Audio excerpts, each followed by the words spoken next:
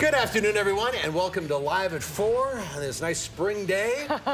50 degrees and rainy. Rainy Monday. Really unusual to see rain like this in January, and it's Inauguration Day today. I went to the grocery store on Saturday with a short sleeve shirt on. Did you really? It was 50 degrees. Yeah, it felt nice, but I think it's going to be getting a little back to normal. Don't get used to this. Right. Winter's got plenty of winter left into it, so we'll get to that in a minute. But first, here's what's making news on this Monday. It is Inauguration Day, as Susan mentioned, with a new governor and other state officers taking their oaths. Well, reports from Jessica Arp and Rose Schmidt. The Dane County District Attorney says officers involved in the active shooter situation at a Middleton office building acted appropriately. And the President of the United States plans to take to the airwaves tomorrow night to plead his case for a border wall. Let's take a look outside on this Monday afternoon. Good all-day soaking rain The rain today. sort of let up by late afternoon.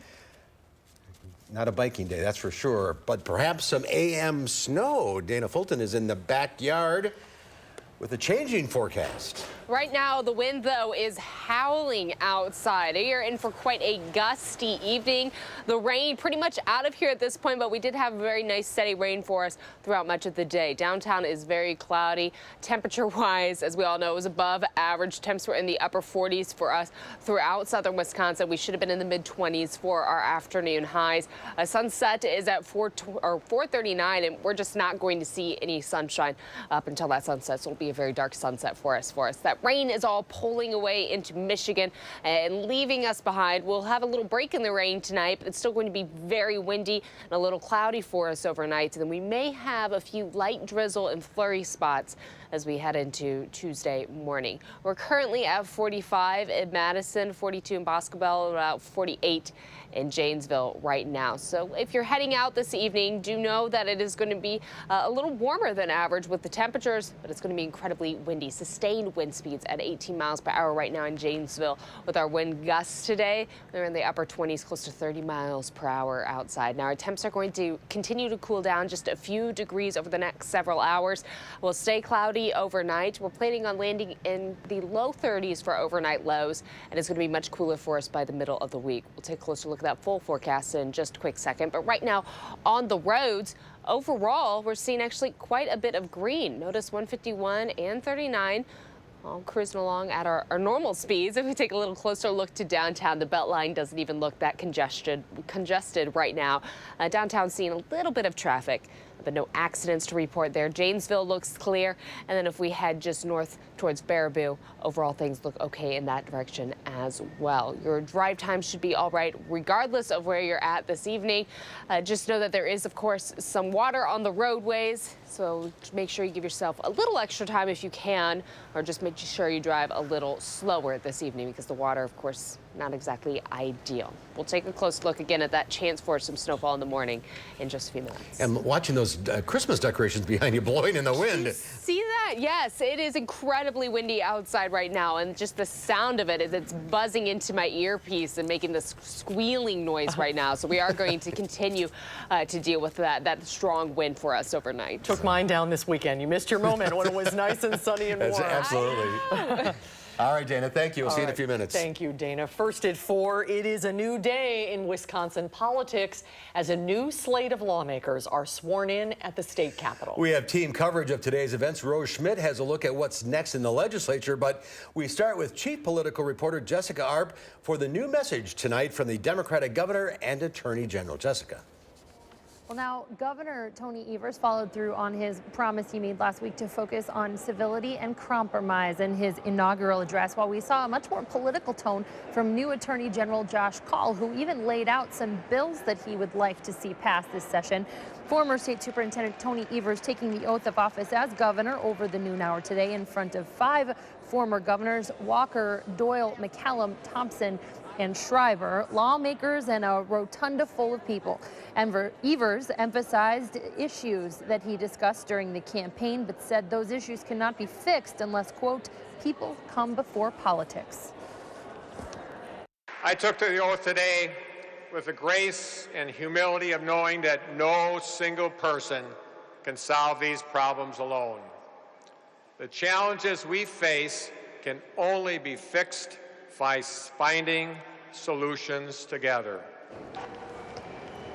Also taking the oath today were the other constitutional officers, all of them Democrats for the first time in more than 30 years. Incoming Attorney General Josh Kaul used his speech to decry the powers taken from his office in the lame duck session and call for new legislation around guns. And while I applaud the passage of funding for school safety last year, I am also calling for more action. I am calling for a red flag law that will allow law enforcement or family members to go to a judge and ensure that somebody who is a threat to themselves or others is temporarily disarmed.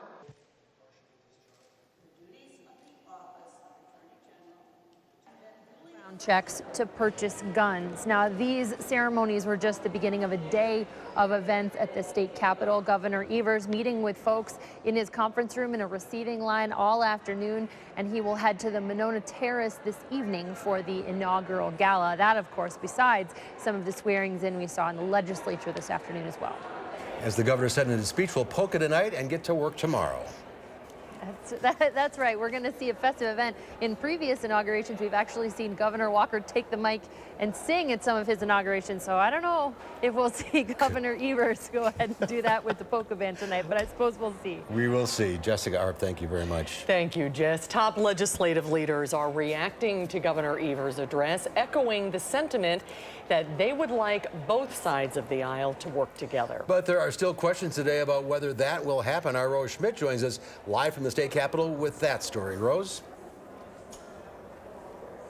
Yes, well, Speaker Voss is setting a clear tone today. He said that there is so much hate in politics, and Democrats say that the lame duck session from last year set things off on the wrong foot going into this next session for Governor Evers' administration, but they're hoping things will get better.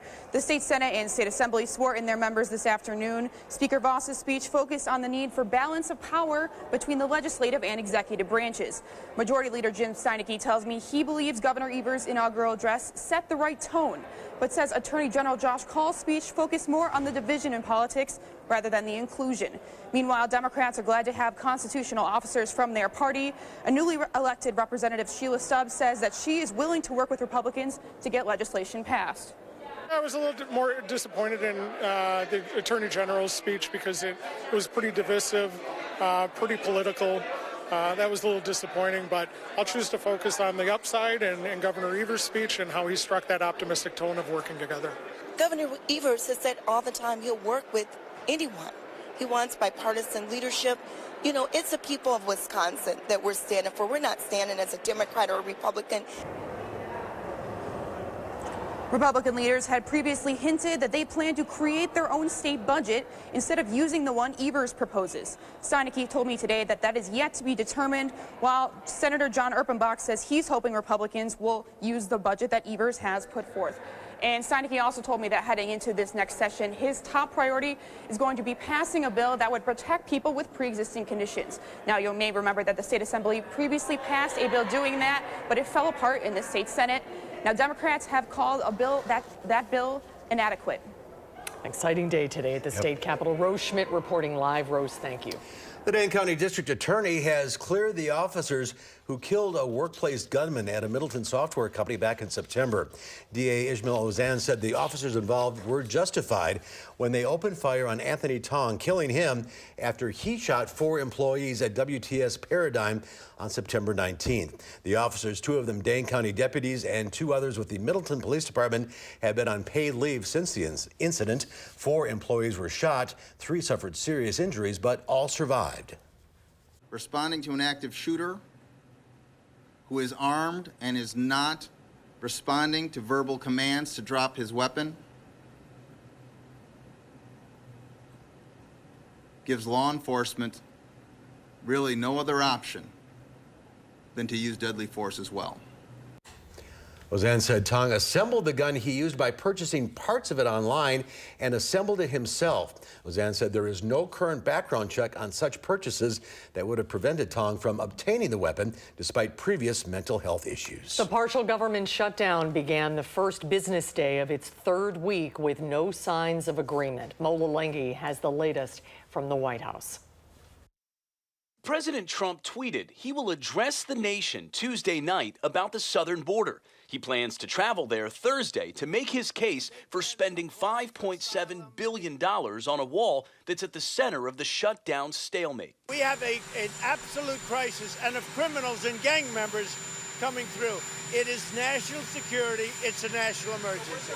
The president is pushing the idea that he could work around Congress and use emergency powers to build the wall. The president has no authority to usurp congressional authority of the purse. Congress must appropriate funds. On day 17 of the partial government shutdown, 800,000 federal workers remain on furlough or working without pay.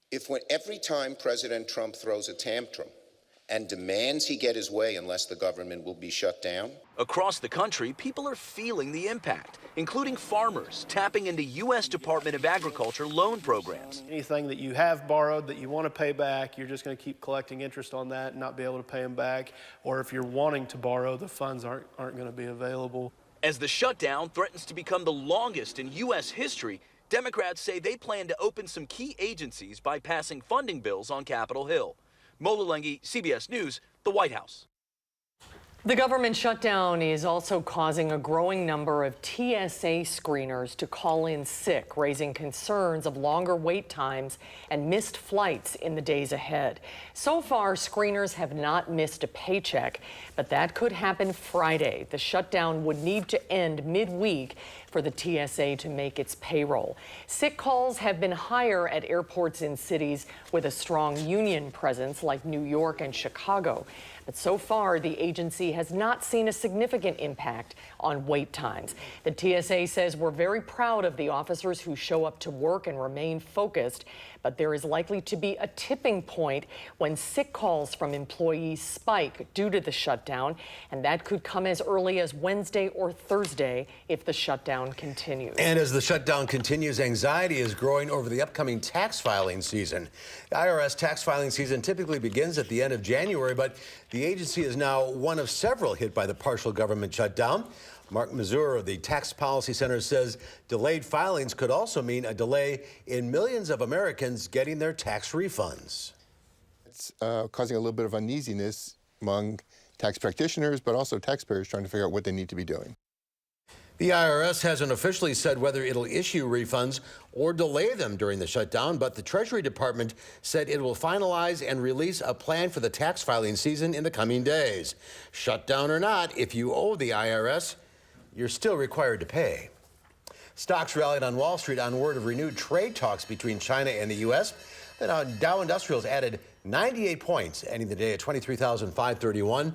The NASDAQ Composite Index gained 84, and the S&P 500 was up 17. Police in Texas say it was likely a case of mistaken identity that led passengers in an SUV to open fire on a car full of children, killing a 7-year-old girl. One suspect was in court today, and police say a second has been identified. 20-year-old Eric Black Jr. refused to answer questions.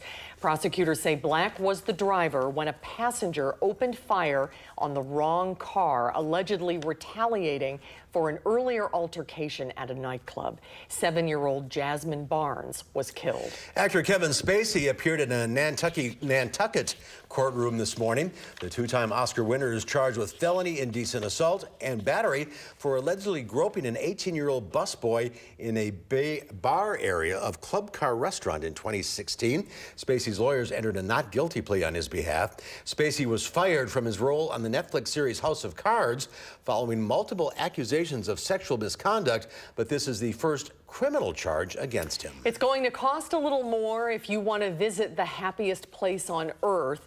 The price to get into Disneyland in Anaheim, California went up from $97 to $104. Now that's on low demand days. On high demand days, the price increases from $135 to $149.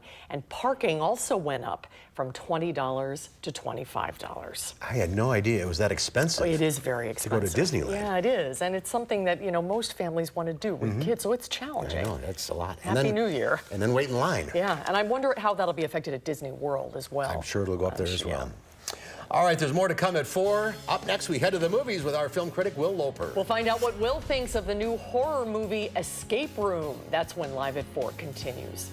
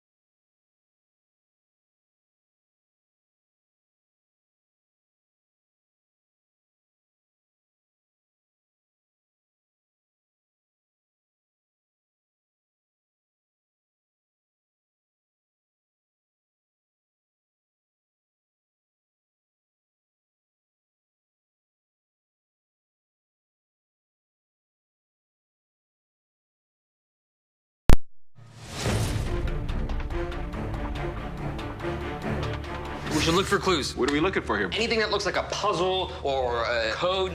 It looks like an oven dial.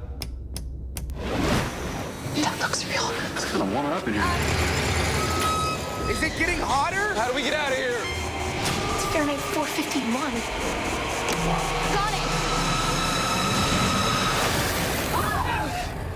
Talk about immersive. Well, that was a clip from Escape Room, one of the newest films to hit theaters. Is the film worth seeing, or will you try to escape from the theater? Here to let us know what he thinks is our film critic, Will Loper. Hi, Will. Hey, guys. All right, so you're not going to be fumbling around in the theater for clues to try and escape this film. It's utterly ridiculous. It knows it's ridiculous, and it manages to be pretty darn fun, if you can believe it. 6 strangers get a mysterious letter telling them to take part in an escape room, and if they win, they get $10,000. When the first room gets uncomfortably hot and then blows up, dumb question. that they're actually Are we outside? Lives. The rooms are completely impossible, but you know what? Out of here. I was on the edge of my seat every other 5 minutes. This movie knows how to generate tension.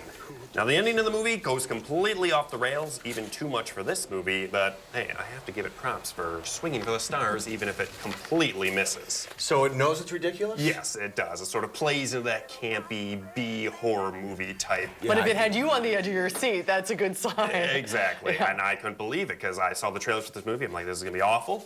but it pulled it off. Yeah, I saw the trailer too and said, I'm not seeing this, Yeah. but it could be fun. It's fun if you turn your brain off. All right, so what's the rating? 3.5 ridiculously complicated password lock boxes out of 5. All right, up next, on the basis of sex. If you lose, you will set the women's movement back 10 years. You don't get to tell me when to quit. Get your emotions in check. You first. Yes, so Felicity Jones stars as a young Ruth Bader Ginsburg at the beginning of her career, from being one of only 9 women at Harvard and a class of 500 men, to her first case arguing for equal treatment of the genders. It's got stirring moments. It's insane, the discrimination that women faced not that long ago and even to this day, but it's inspiring to see what Ginsburg fought for and how she accomplished it. Watch this movie, then go and watch the documentary, also about Ginsburg, RBG, which was released this year, which is also fantastic.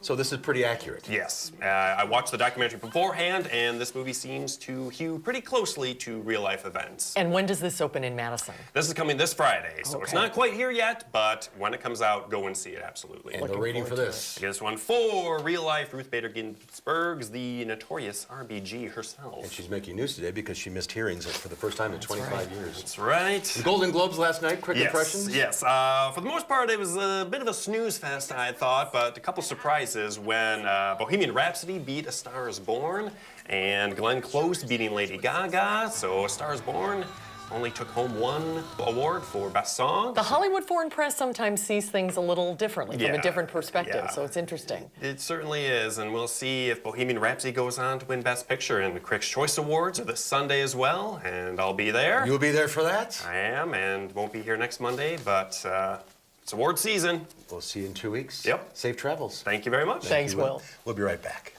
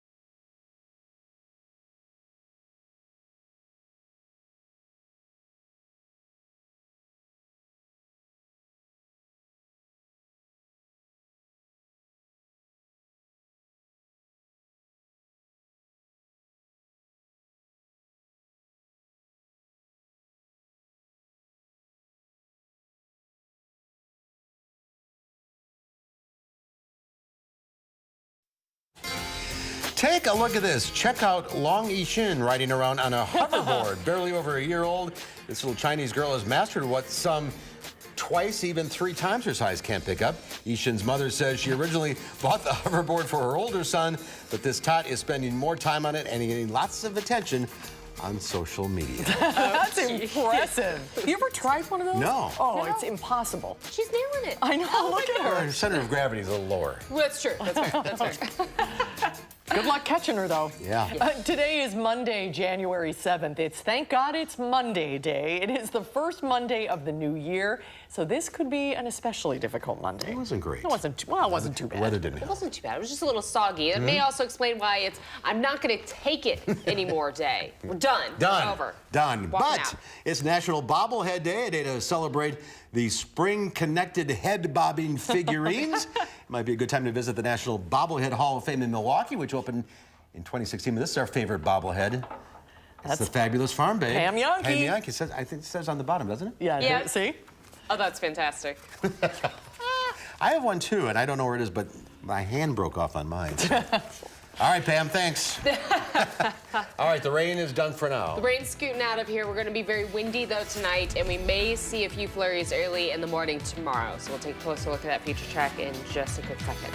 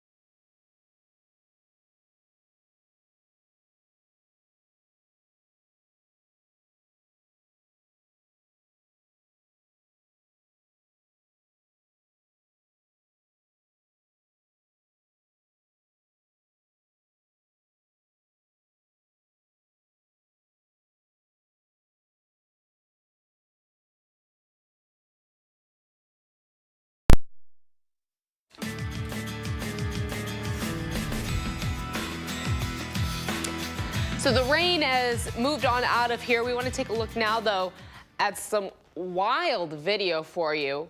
The waves crashing in and taking down a lighthouse. This is the Manitowoc Lighthouse, actually. The waves there, as you can see, towering over the top and toppling that lighthouse to the ground. And usually lighthouses, of course, the beacon back in the old days, and they're usually out on some sort of pier.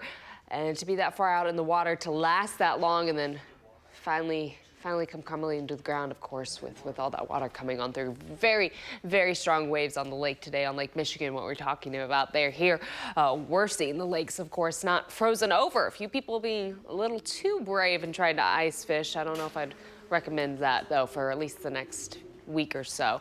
We do have a little bit of the break in the rainfall for us overnight. We are going to watch our cloud coverage stay, though. Just don't plan on much more rainfall coming through overnight and into tomorrow morning. The colder air is going to move in for the next few days. We're not looking at any more days with temperatures in the upper 40s for afternoon highs. And we may see a little bit of snowfall early tomorrow morning. Some wraparound moisture may come through. We may have some light flurries come through for us early in the day. But again, our Doppler track's fairly calm. Most of that moisture has now moved east, and we're just looking at a cloudy sky. As far as our precip today, we had quite a band come through, of course. Pretty much steady showers through the morning and some heavier rainfall at times in Madison.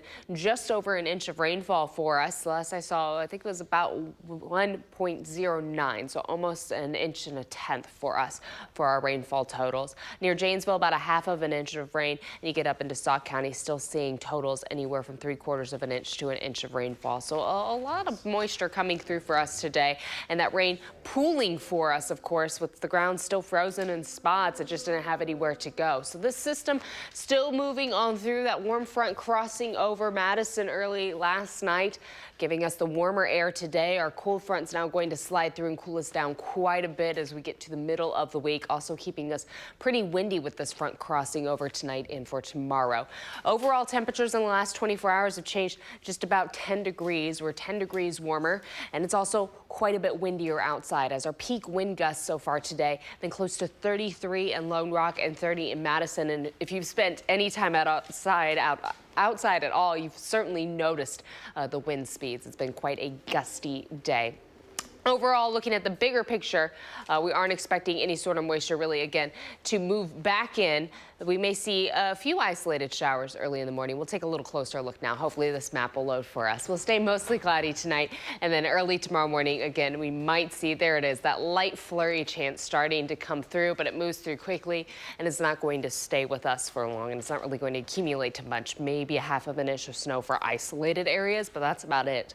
Partly sunny for us Tuesday. Temperatures will be a little cooler, but still above average in the mid-30s for afternoon highs for Tuesday. Wednesday, we're looking at teens to start off the morning, and then temps will be in the mid-20s for our afternoon highs. It'll be much cooler outside for Wednesday. Still breezy, though, as we get into Tuesday and Wednesday, even as we cool down. Looking at our wind gust potential for tomorrow afternoon and evening, we still see those wind gusts getting into the upper 20s, close to 30 miles per hour. So do plan, as far as the conditions of the wind, to be very similar to today. However, it is going to be a little cooler outside, and we aren't going to be factoring the rainfall for your forecast for tomorrow evening. Overnight tonight, our rainfall's wrapping up. We're looking at a cloudy sky, but heading into tomorrow morning, we may see a few flurry chances or even some drizzle spots possible for us. Fog also a possibility for us overnight tonight. Wind speeds, sustained wind speeds, will be anywhere from 8 to 15 miles per hour.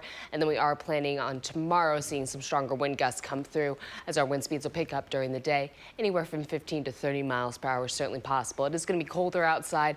Plan on a high of about 38 for your Tuesday, rather than being in the upper 40s for us. So it is going to be a little cooler for you. Again, we do have that chance for some snow early in the morning, and it does look like it coming in potentially later in the evening as well. So it's a little bit of a mix coming through. Overall temperatures through the next 10 days, not expecting it to get in the upper 40s again anytime soon. Tomorrow, we're looking at that snow chance just early in the day, and then we do have the sun coming through for Wednesday and Thursday. A little more back to normal. A little more back to normal. A little more January-like for us. Our January thaw, of course, came through, and now we're going to put that aside. We're going to have another one. We're going to have another one at the end of the month. How many more do you want? Just one. Okay. All right, Dana, thank you. Thank you, Dana. The CES convention in Las Vegas is a chance to see the tech that might be in our future living rooms, cars, and medicine cabinets. CNET's Kara Suboy gives us a preview of what we can expect at the annual show. From 5G to 8K, AI and AR, CES 2019 in Las Vegas is giving us a glimpse into the future. At the annual technology showcase, robots are learning to do more, so you can do less. The Foldimate can fold your shirts and pants, but not your sheets, yet. Smart home appliances are getting smarter, like this refrigerator that tells you when you're out of beer and orders you another six-pack. And all the buzz is about 5G. Which is going to follow 4G, is going to bring more bandwidth and higher speeds to phones, but also to cars. Last year's 4K TVs will likely be bumping up to 8K, and TV screens are getting bigger, brighter, and better. Samsung unveiled the first new display technology in more than a decade called Micro LED that has perfect black levels, a brighter picture, and the ability to be modular. Tech giants Google and Amazon are here duking it out for smart home supremacy. I think we're going to start hearing about Alexa in even more things. And Google is getting very good at the natural language part of what they do and integrating it into day-to-day use with the platforms that they're rolling around the home. There's even more variety in tech focused on health, including a sleep mask to stop snoring, a sensor that monitors your bladder's fullness for people with incontinence, and a wristwatch that can take your blood pressure in seconds. In Las Vegas, I'm CNET's Kara Suboy for WISC News 3. One of these years, we're going to take Live at 4 there. We talk about it every year. It'd be fun. It would be fun. I'd like to see all that neat It's a little stuff. robot. Yeah. All right, still to come. It's time to meet our pet of the week. When we come back, Marissa DeGroot from the Dane County Humane Society is here with Oreo, a bunny looking for a forever home. We'll talk more about Oreo when Live at 4 continues.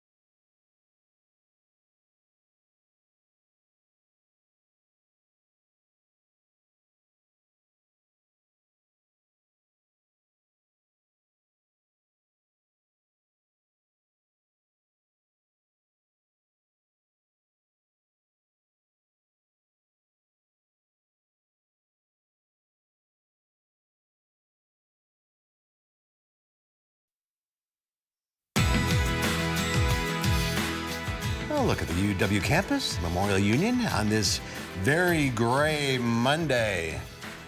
Things are looking up. It's time for Potentially Yours here on Live at 4. Marissa DeGroot from the Dane County Humane Society is here. Hi, Marissa. Hi. Happy New Year. You brought Oreo today. That is the perfect name for this bunny. I know, and he is just as sweet as a cookie, too. This little guy is about 2 years old, and he is a Rex rabbit. That also means he has some of the softest fur. It is unbelievable how soft he is. Oh my gosh. And it's really nice because he is such a snuggler too, as you can probably tell. Yeah, he's very calm. Look at that face. Yeah. So he was in not a great situation at home.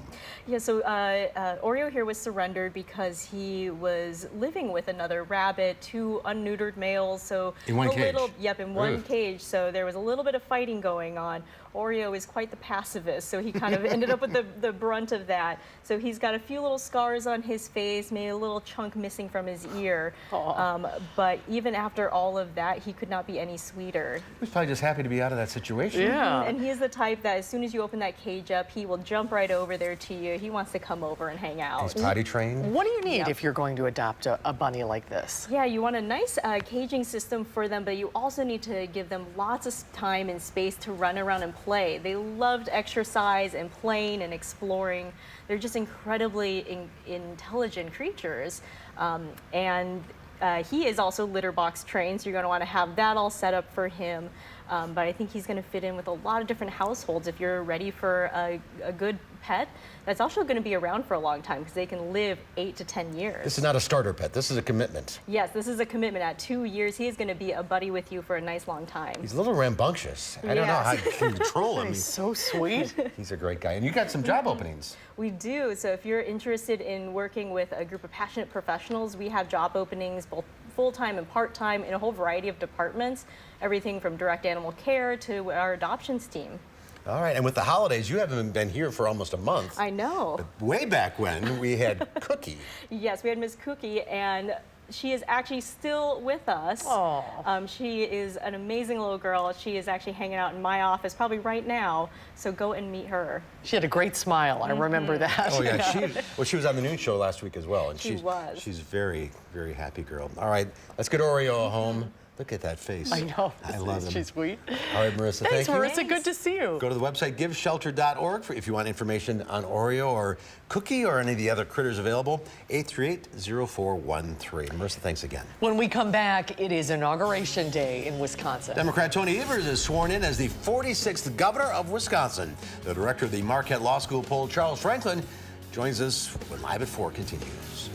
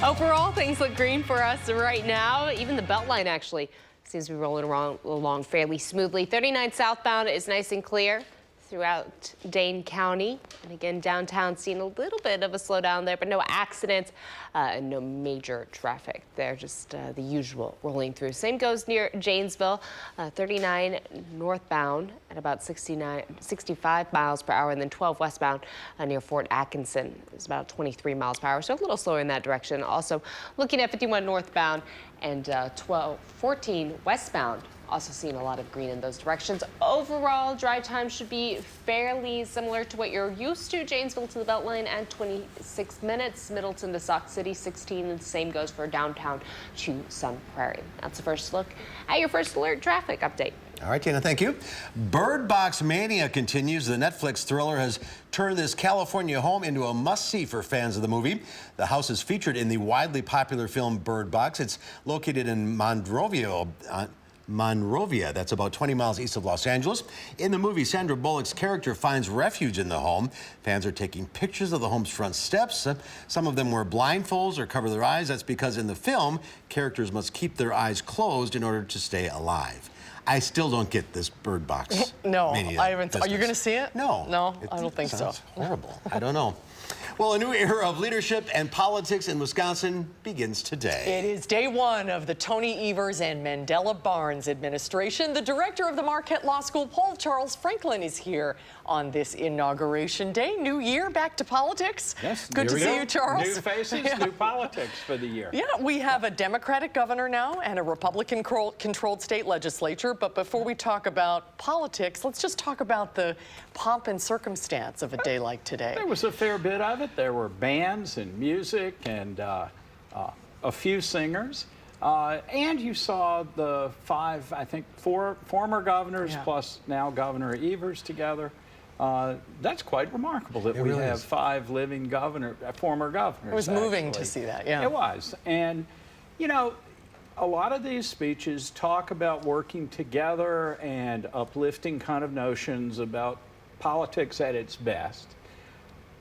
Realistically, we know there's going to be a lot of conflict, but it doesn't hurt us, I think, to have one day where politicians of all sides can talk about at least the goal of working together or the possibility of it.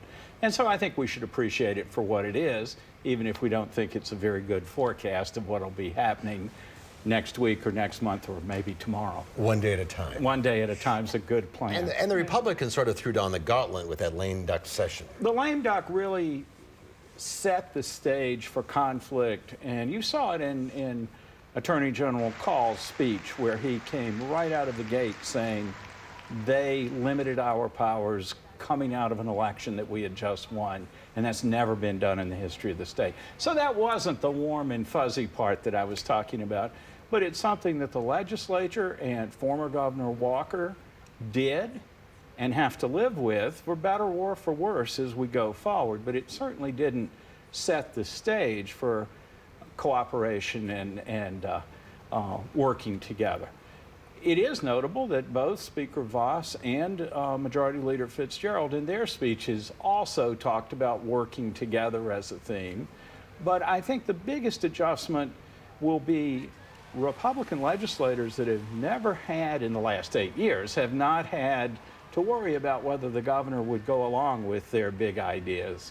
And in Governor Evers' position, you're going to have somebody who has an agenda and things that he wanted to get done and he told people he was going to work on, and he may face a stone wall when it comes to the legislature. So we'll have a lot to work out this spring. What did you think of the tone of Governor Evers' speech? Did you feel like he offered a little bit of an olive branch to the Republicans? Well, I thought it was relatively mixed. He talked about the higher ideals of working together, working for the people's business, not our narrow political interests.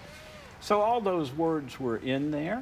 And as I say, I think virtually every speech contained at least some of that. But the governor also was not shy about mentioning his priorities for education funding, for health care funding, and for roads. And especially that last one is likely to be very difficult. But even funding for schools may face opposition from the legislature. And so we've got a long ways to go. Also, the governor won't present his budget until late February or early March, we think. And so it'll be when that budget arrives that we'll really see those plans laid out in specific detail. He didn't do very much of that today. He just talked about the broad topics. And the Republicans are even saying they may do their own budget.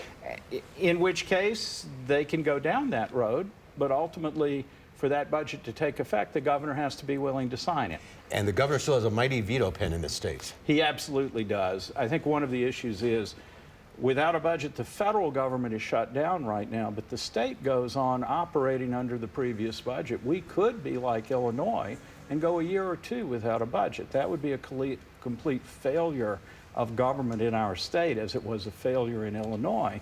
So there is a real pressure on the legislature to pass a budget, whether it's theirs or Evers, and for Evers to then react to that with his veto pen. Maybe we'll all get along. Oh, sure. That's probably what's going to happen. All right, Charles, we don't need you anymore. Thanks for coming in. Thank you for the Great to see you, Charles. Happy Inauguration Day. We'll be right back with a final check of your forecast.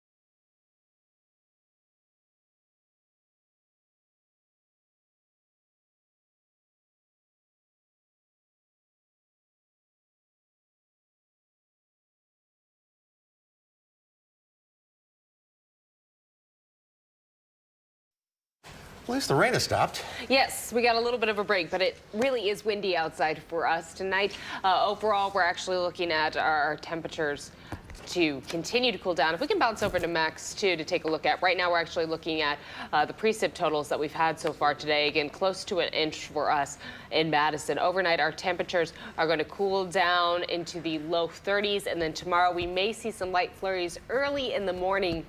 Overall, though, our temps are going to be quite a bit lower. Rather than being in the upper 40s, we'll be in the upper 30s for our afternoon highs for Tuesday. And the cool down continues as we head into Wednesday and Thursday. Because that's still above average. Yes, absolutely. We should be in the mid to upper 20s for average. And that's coming. Yes, it is. All right, Dana, thank you. Thanks, Dana. Tomorrow here on Live at 4, we'll hear from some Madison students on our Time for Kids campaign. We'll find out how they are being used. Our Danica Lewis will join us with that. And Consumer Reports investigates why printer ink is so expensive. Have you noticed that? Oh, it's cheaper to buy a new printer. It's getting very pricey. We'll have some ways to cut costs coming up tomorrow on Live at 4.